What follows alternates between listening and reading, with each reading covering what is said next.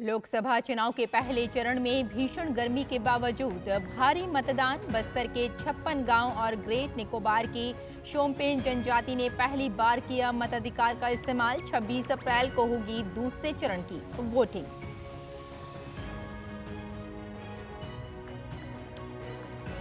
प्रधानमंत्री नरेंद्र मोदी आज महाराष्ट्र और कर्नाटक में करेंगे बीजेपी के लिए चुनाव प्रचार। विरोधी दलों ने भी तेज किया कैंपेन। अमित शाह राजस्थान में ओम बिरला और मथुरा में हेमा मालिनी के लिए करेंगे जनसभा। बिहार के भागलपुर में महागठबंधन प्रत्याशी के समर्थन में रैली के बाद यूपी के अमरोहा में होगी राहुल गांधी की रैली। अखिलेश और मायावती भी उत्तर प्रदेश में चुनाव प्रचार में व्यस्त। कांग्रेस नेता प्रियंका गांधी और सीपीआईएम नेता सीताराम येचुरी जैसे स्टार प्रचारक केरल में करेंगे चुनाव प्रचार। पंजाब के मुख्यमंत्री भगवंत मान शुरू कर सकते हैं अपना प्रचार अभियान। मनीष सिसोदिया की जमानत याचिका पर आज राउज एवेन्यू कोर्ट में होगी सुनवाई। पिछली सुनवाई में ईडी ने किया था जमानत का विरोध। चुनाव प्रचार के लिए सिसोदिया ने मांगी है राहत। पाकिस्तान के मिसाइल कार्यक्रम को जबरदस्त झटका। मदद करने वाली विदेशी कंपनियों पर अमेरिका ने लगाया प्रतिबंध। और BMW ओपन के फाइनल में पहुंची यूकी भांवरी और अल्बानो ओलिवेटी की जोड़ी। रोमांचक सेमीफाइनल में ऑस्ट्रेलियाई जोड़ी को दी करारी शिकस्त। नमस्कार, हिंदी बुलेटिन में आपका स्वागत है। मैं हूं रेशमा आपके साथ। आइए विस्तार से खबरों पर नजर डालते हैं और सबसे पहले बुलेटिन में बात करते हैं 24 की चुनौती की।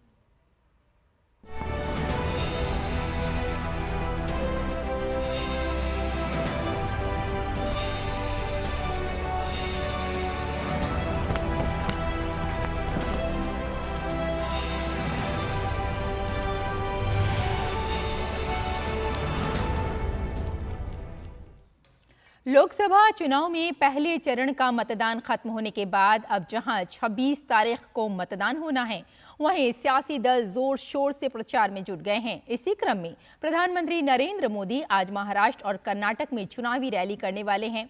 पीएम मोदी पहले महाराष्ट्र के नांदेड़ और फिर परभणी संसदीय क्षेत्र में अपनी पार्टी के लिए वोट अपील करेंगे। इसके बाद वे कर्नाटक के चिक्काबल्लापुरा और उत्तरी बेंगलुरु में चुनाव प्रचार करेंगे। दोनों ही राज्यों में विपक्षी दलों ने भी पूरी ताकत झोंक दी है।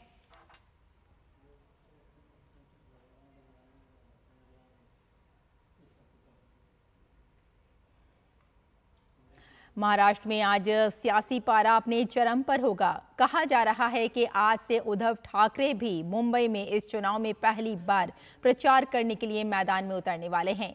जानकारी के मुताबिक वे मुंबई में अपनी पार्टी के उम्मीदवार के लिए वोट मांगेंगे।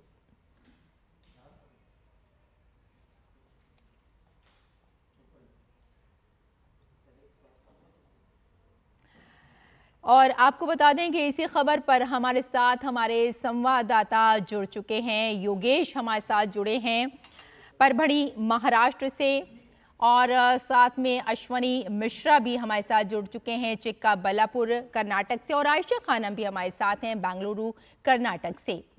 तो सबसे पहले हम चलते हैं सीधे योगेश शीतल के पास। योगेश, आप तक हमारी आवाज़ पहुंच रही है?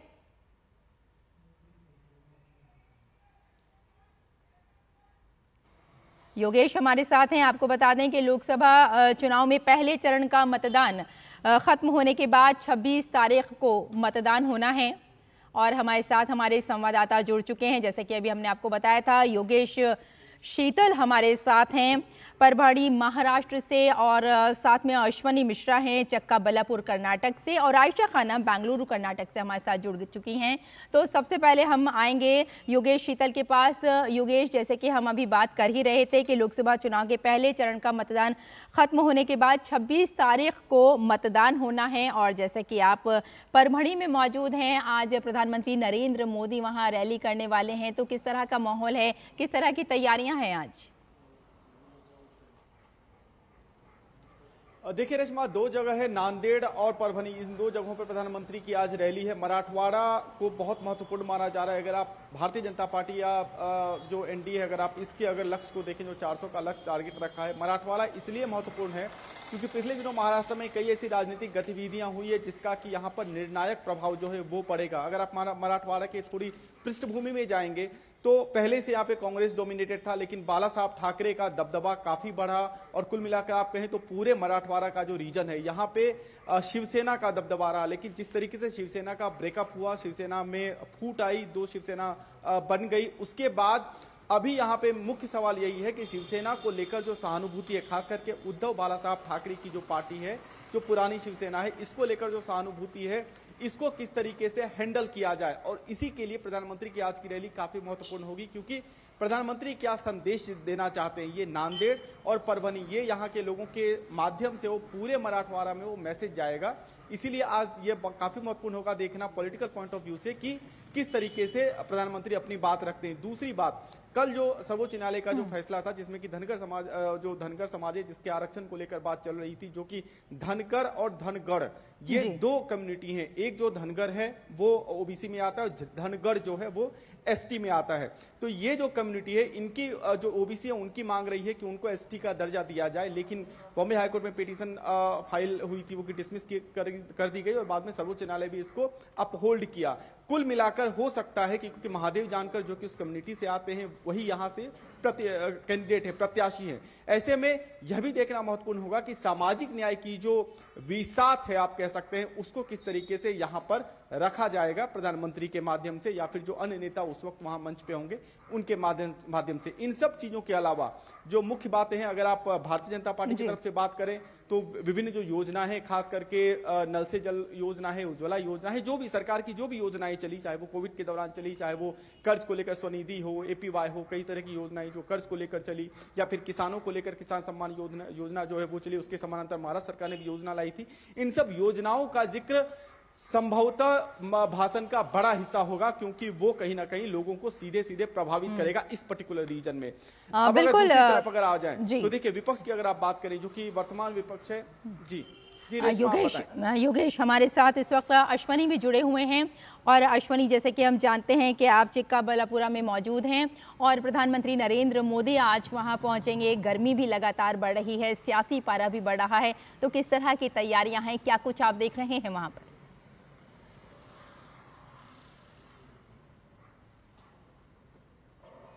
निश्चित तौर से अगर देखें रेशमा, तो लोकसभा चुनाव प्रचार पूरी तरह से शबाब पे आ चुका है। पहले चरण का मतदान हो चुका है। कर्नाटक में दूसरे और तीसरे चरण में मतदान होने हैं। दूसरे तीसरे चरणों में कर्नाटक की 28 सीटों में अगर देखें तो सभी सीटों पर जनता दल सेकुलर जो है उसके साथ भाजपा ने अपने कैंडिडेट खड़े किए हैं। सीधी फाइट जो है बीजेपी और कांग्रेस के बीच मानी जा रही है। जो राष्ट्रीय स्तर के मुद्दे हैं, भाजपा जिस तरीके से अपने केंद्र शासित जो परियोजनाएं हैं, जो केंद्र की कल्याणकारी योजनाएं हैं, उनको तो सामने रखी रही है। कर्नाटक का विशेष संबंध कहीं ना कहीं भगवान आंजनेय पुत्र हनुमान जी से भी होता है।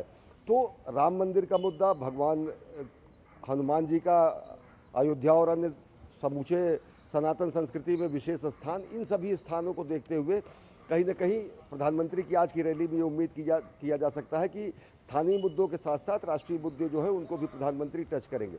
आईटी शहर है बेंगलुरु, चिक्काबल्लापुरा यहाँ से तकरीबन बेंगलुरु से 100 किलोमीटर के ही अंदर आता है। कई महत्वपूर्ण यहाँ पर नेता भी रहे हैं। सबसे बड़ी बात यह है, जो भाजपा का दक्षिण का अभियान है, सबसे ज़्यादा जो फोकस इस बार दक्षिण भारत पर है। इससे पहले कर्नाटक कई बार दक्षिण का गढ़ माना जा चुका है। दक्षिण का जो प्रवेश द्वार है वो कर्नाटक ही है। तो कर्नाटक में इसके पहले की भी भाजपा के जो प्रदर्शन रहे वो शानदार रहा है। 25 सीटें जीतने में कामयाब रही। एक सीट भाजपा समर्थित उम्मीदवार भी पिछले चुनाव में जीतने में कामयाब रहा। तो काफ़ी अच्छे स्थिति में है, चाहे वो संगठन के स्तर पर देखें, चाहे वो संघ के स्तर पर देखें, चाहे इससे पहले की सरकारों में जो यहाँ किए गए विकास कार्य हैं। लेकिन बीजेपी को जो चुनौतियाँ हैं वो चुनौतियाँ ये हैं कि जो सिटिंग एमपीज़ हैं उनका कहीं ना कहीं अनेक क्षेत्रों में विरोध भी है। कुछ जो विकास कार्य न किए जाने के कारण सूखा और बाढ़ राहत जैसे जो मुद्दे हैं उसको भी कांग्रेस बड़े तरीके से लोगों के बीच उठा रही है। विधानसभा चुनाव में कांग्रेस ने जिस तरीके से वापसी की है वो भी कहीं ना कहीं बीजेपी के लिए चिंता का विषय है, लेकिन स्थानीय मुद्दे और राष्ट्रीय मुद्दे इनको ध्यान में रखते हुए यहाँ की जनता वोट करती है। निश्चित तौर से आज प्रधानमंत्री की जो रैली होगी चिकबल्लापुर यहाँ पर और बेंगलुरु नॉर्थ में, जबरदस्त तरीके से वो पूरे इस रीजन में और दक्षिण भारत के लिए भी एक विशेष संदेश देगी। जी अश्वनी, आपको यहाँ रोकते हैं क्योंकि हमारे साथ आयशा भी जुड़ी हुई है। आयशा, आपके पास आएंगे। उत्तरी बेंगलुरु में चुनावी रैली है प्रधानमंत्री नरेंद्र मोदी की, तो क्या कुछ खास बिंदु रह सकते हैं प्रधानमंत्री नरेंद्र मोदी के जब वो वहाँ जनसभा से संबोधित करेंगे?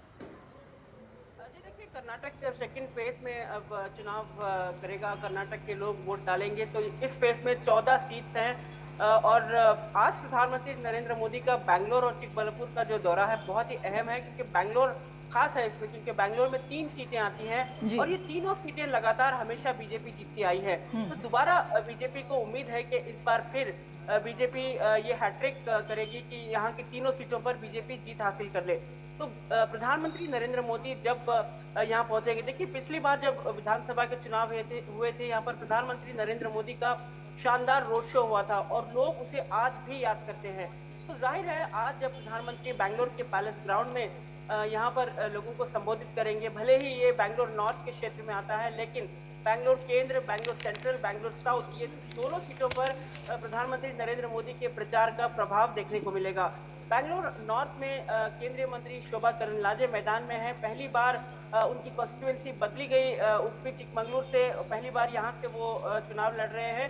तो जाहिर है प्रधानमंत्री नरेंद्र मोदी जब मुद्दे उठाएंगे तो सबसे पहली बात सामने आएगी कि कैसे कर्नाटक में कानून व्यवस्था को लेकर चिंता बढ़ती जा रही है, कैसे कर्नाटक सरकार पर लगातार बीजेपी ने जो तुष्टीकरण का मुद्दा उठाया है इस मुद्दे पर बात होगी और किस तरह से कानून व्यवस्था कर्नाटक में बिगड़ती जा रही है। और बैंगलोर जो एक ब्रांड बैंगलोर शहर था, धीरे धीरे ब्रांड बैंगलोर की जो एक शीन है वो बदलती जा रही है, फीकी पड़ती जा रही है बैंगलोर की चमक, और एक आईटी शहर अब बॉम्ब सिटी बनता जा रहा है। तो बीजेपी यही कहकर इन मुद्दों को प्रचार के दौरान उठा रही है और जाहिर है प्रधानमंत्री नरेंद्र मोदी भी इन चीजों का जिक्र करेंगे और कांग्रेस सरकार से सवाल पूछेंगे कि कैसे बैंगलोर जो एक आईटी सिटी है, जो सिलिकॉन वैली ऑफ इंडिया माना जाता है, एक ब्रांड बैंगलोर से बॉम्ब बैंगलोर बनता जा रहा है। तो यही बीजेपी का एक प्रचार का एक टैगलाइन है। तो प्रधानमंत्री नरेंद्र मोदी प्रचार के दौरान ये तमाम सवाल उठाएंगे और कर्नाटक सरकार को घेरने की कोशिश करेंगे। खास बात ये होगी कि देवेगौड़ा, पूर्व प्रधानमंत्री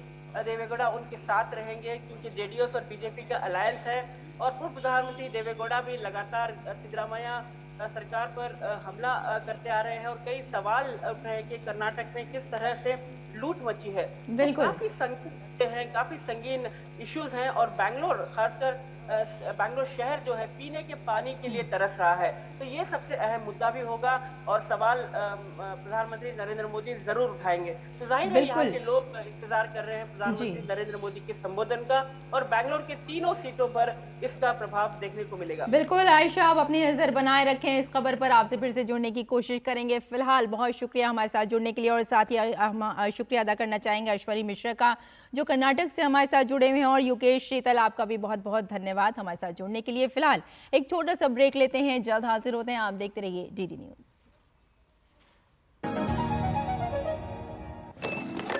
कब तक लंबी लाइनों में उम्र बिताइएगा? डिजिटल पेमेंट अपनाइए, चुटकी में हल पाइए। पुराने तरीके कब तक अपनाइएगा? डिजिटल पेमेंट बहुत आसान है, देखिए चुटकी में पेमेंट चुका।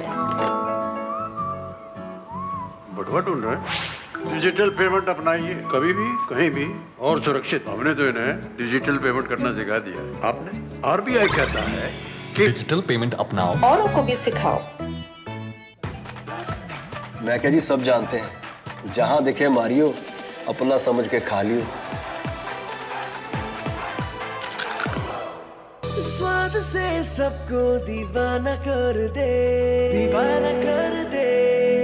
पता का चाय, गजब का स्वाद।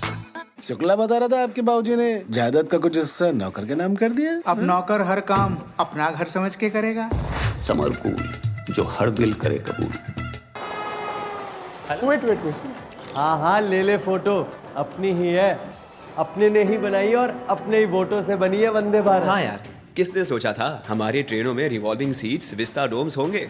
एयरपोर्ट जैसे escalators, lounges, food court railway station पर होंगे। शहर शहर मेट्रो और अब तो बुलेट ट्रेन भी आ रही है। और फिर भी पता है मोदी जी क्या कहते हैं कि ये तो बस ट्रेलर है। लाइफ इजी बना दी मोदी जी ने। और अब हम उनकी जीत इजी बनाएंगे। वर्ल्ड क्लास फैसिलिटीज की गारंटी मोदी की, मोदी जी को वोट देने की गारंटी हमारी। कमल का बटन दबाएं, भाजपा को जिताएं।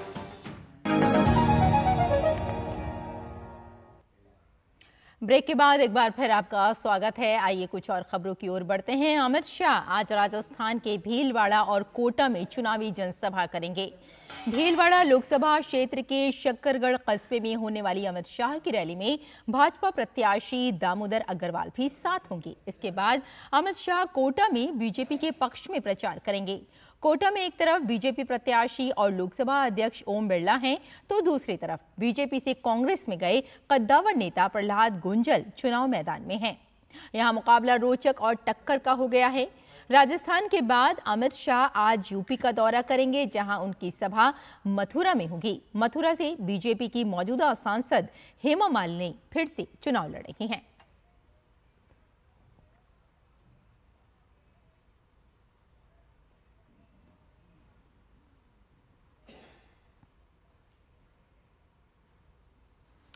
बिहार में भागलपुर के सैंडिस कंपाउंड में आज कांग्रेस के पूर्व अध्यक्ष राहुल गांधी की चुनावी सभा होगी। इसमें बिहार के नेता प्रतिपक्ष तेजस्वी यादव और वीआईपी प्रमुख मुकेश साहनी भी शामिल होंगे। राहुल गांधी इंडी गठबंधन के कांग्रेस प्रत्याशी अजीत शर्मा के समर्थन में सभा करेंगे। दोपहर के बाद उत्तर प्रदेश के अमरोहा में राहुल अखिलेश आज संयुक्त रैली करेंगे। अमरोहा से बसपा छोड़कर आए दानिश अली कांग्रेस के प्रत्याशी हैं। अमरोहा में बीते 40 वर्षों से कांग्रेस लोकसभा चुनाव नहीं जीत पाई है। सपा प्रमुख अखिलेश यादव ने प्रथम चरण के मतदान के बाद दावा किया है कि भाजपा के पहले दिन का पहला शो ही फ्लॉप हो गया है। पहले चरण की हवा भारतीय जनता पार्टी का यूपी समेत पूरे देश में सफाया करेगी। बीजेपी के पहले दिन का पहला शो ही फ्लॉप हो गया। पहले चरण की हवा और पश्चिम की हवा भारतीय जनता पार्टी का पूरे उत्तर प्रदेश में, देश में सफाया करेगी। केरल में लोकसभा चुनाव के मतदान के लिए तीनों प्रमुख गठबंधन के नेताओं ने राज्य के विभिन्न भागों में चुनाव प्रचार तेज कर दिया है। कांग्रेस नेता प्रियंका गांधी और सीपीआईएम नेता सीताराम येचूरी जैसे स्टार प्रचारक केरल में आज चुनाव प्रचार करेंगे।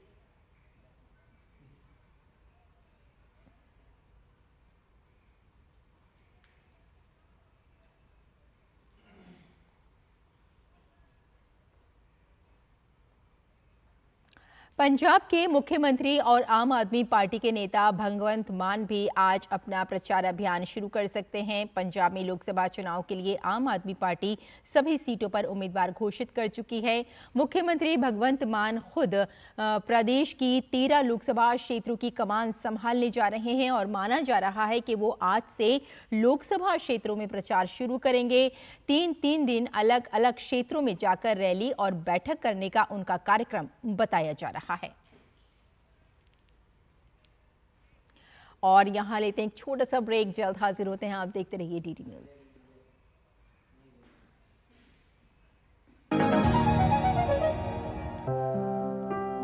यकीन है खुद पर है नाज, सुनती हूँ अपने मन की आवाज, कभी शर्मीली तो कभी हूँ जाबाज। रुकना मेरी आदत नहीं, थमना मेरी चाहत नहीं। मैं हूँ नारी, यही मेरा अंदाज, हर जिम्मेदारी मैं बखूबी निभाती हूँ। वोट दे प्राउड वोटर कहलाऊंगी, पूरे देश संग चुनाव का पर्व मनाऊंगी। मैं क्या जी, सब जानते हैं, जहां दिखे मारियो, अपना समझ के खा लियो। स्वाद से सबको दीवाना कर दे, दीवाना कर दे। पता का चाय गजब का स्वाद। तब घर में अगर कोई बीमार पड़ जाए ना तो इलाज के लिए घर बिक जाता था, पीढ़ियां कर्ज में डूब जाती थी। और आज तो अस्पताल के खर्चे की फिक्र नहीं सताती। और याद है जब 60 साल में सिर्फ 7 एम्स बने थे, वहीं 10 साल में 16 नए बन गए। और फिर भी मोदी जी कहते हैं ये तो बस ट्रेलर है। करोड़ों लोगों को 5 लाख तक का मुफ्त इलाज मिला है। ये है मोदी की गारंटी। तो फिर हमने भी सोच लिया, फिर एक बार मोदी सरकार। और ये है हमारी भी गारंटी। कमल का बटन दबाएं, भाजपा को जिताएं।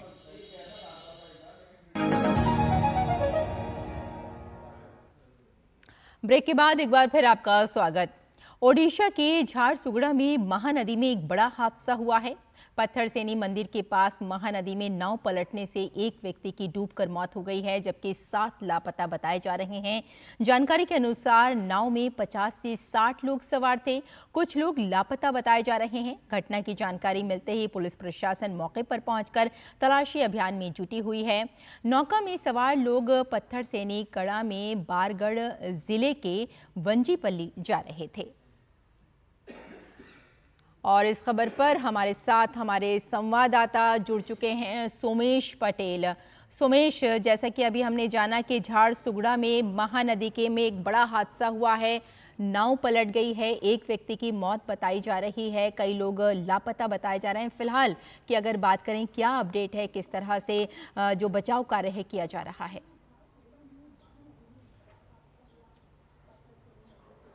जी, आपको एक घटना के बारे में बताएं। बड़ी दुखद खबर है। छत्तीसगढ़ के रायगढ़ जिले के उड़ीसा सीमा पर ये लोग नाव पे सवार होकर निकले हुए थे, तभी अचानक नाव अनियंत्रित होकर बीच पलट गई और इसमें करीबन इस नाव में 54 लोग सवार थे। इसके बाद वहां से अफरा तफरी का माहौल मच गया। अफरा तफरी के बाद मौके पर स्थानीय प्रशासन को लोगों ने वहां पर फोन किया। फोन करने के बाद स्थानीय प्रशासन मौके पर पहुंचा और इस घटना में करीबन 7 लोग डूब गए। 7 लोगों डूबने में 1 लोगों की मौत हो गई है। लगातार उस इलाके में अफरा तफरी का माहौल अभी भी है। स्थानीय प्रशासन उस इलाके में लगातार रेस्क्यू कर रहा है। मौके पर स्थानीय लोगों की अभी भी खोजबीन जारी है। स्थानीय प्रशासन से मिली जानकारी के अनुसार 54 लोग उस नाव में सवार थे, 1 लोगों की मौत हो गई है और 7 लोग अभी भी लापता है। तो एक दुखद खबर देखने को मिली है। जो महानदी का जो महानदी है वहीं से नाव पे सवार होकर लोग उड़ीसा जा रहे थे और मंदिर में दर्शन करने के लिए जा रहे थे। उनकी एक मान्यता थी, लेकिन अचानक यह दुखद खबर सामने आई और देखने को मिली है। जी बिल्कुल सुमेश, आप वहीं रहें और अपनी नजर बनाए रखें इस खबर पर। आपसे फिर से जुड़ेंगे। फिलहाल इस जानकारी के लिए आपका बहुत बहुत शुक्रिया। और यहाँ एक छोटा सा ब्रेक लेते हैं, जल्द हाजिर होते हैं। आप देखते रहिए डीडी न्यूज़।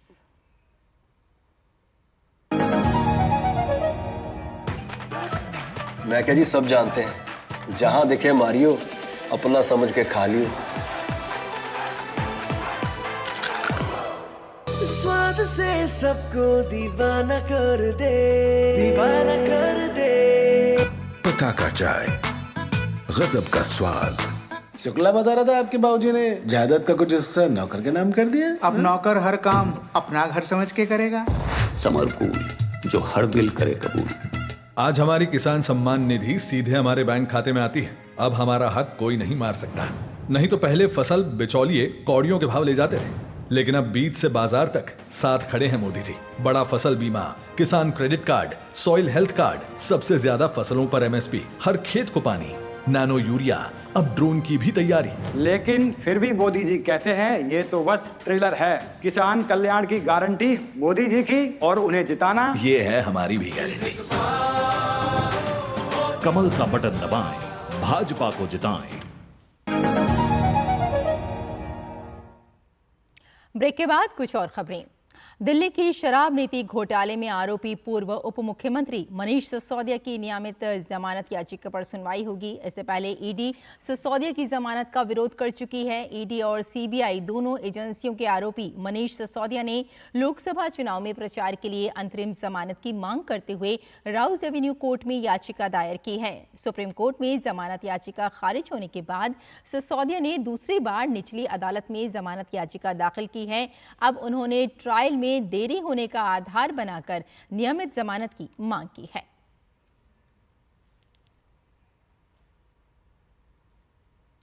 और आप विधायक अमानतुल्लाह खान आज राउज एवेन्यू कोर्ट में पेश होंगे। अमानतुल्लाह द्वारा ईडी के समन पर पेश नहीं होने पर ईडी की शिकायत पर कोर्ट ने समन जारी किया था। हालांकि सुप्रीम कोर्ट के आदेश के बाद अमानतुल्लाह कल ईडी के सामने पेश हुए थे। दिल्ली जल बोर्ड से जुड़े मनी लॉन्ड्रिंग के मामले में ईडी द्वारा दाखिल चार्जशीट पर राउज एवेन्यू कोर्ट में आज सुनवाई होगी। कोर्ट ईडी की चार्जशीट पर संज्ञान लेकर सुनवाई कर रहा है। और अमेरिका ने एक बार फिर पाकिस्तान को बड़ा झटका दिया है। अमेरिकी विदेश मंत्रालय ने पाकिस्तान के बैलिस्टिक मिसाइल को बनाने में सहायता करने वाली विदेशी कंपनियों पर बैन लगा दिया है। चीन की 3 और बेलारूस की 1 कंपनी ने पाकिस्तान के बैलिस्टिक मिसाइल योजना के लिए संसाधन उपलब्ध कराने में मदद की थी।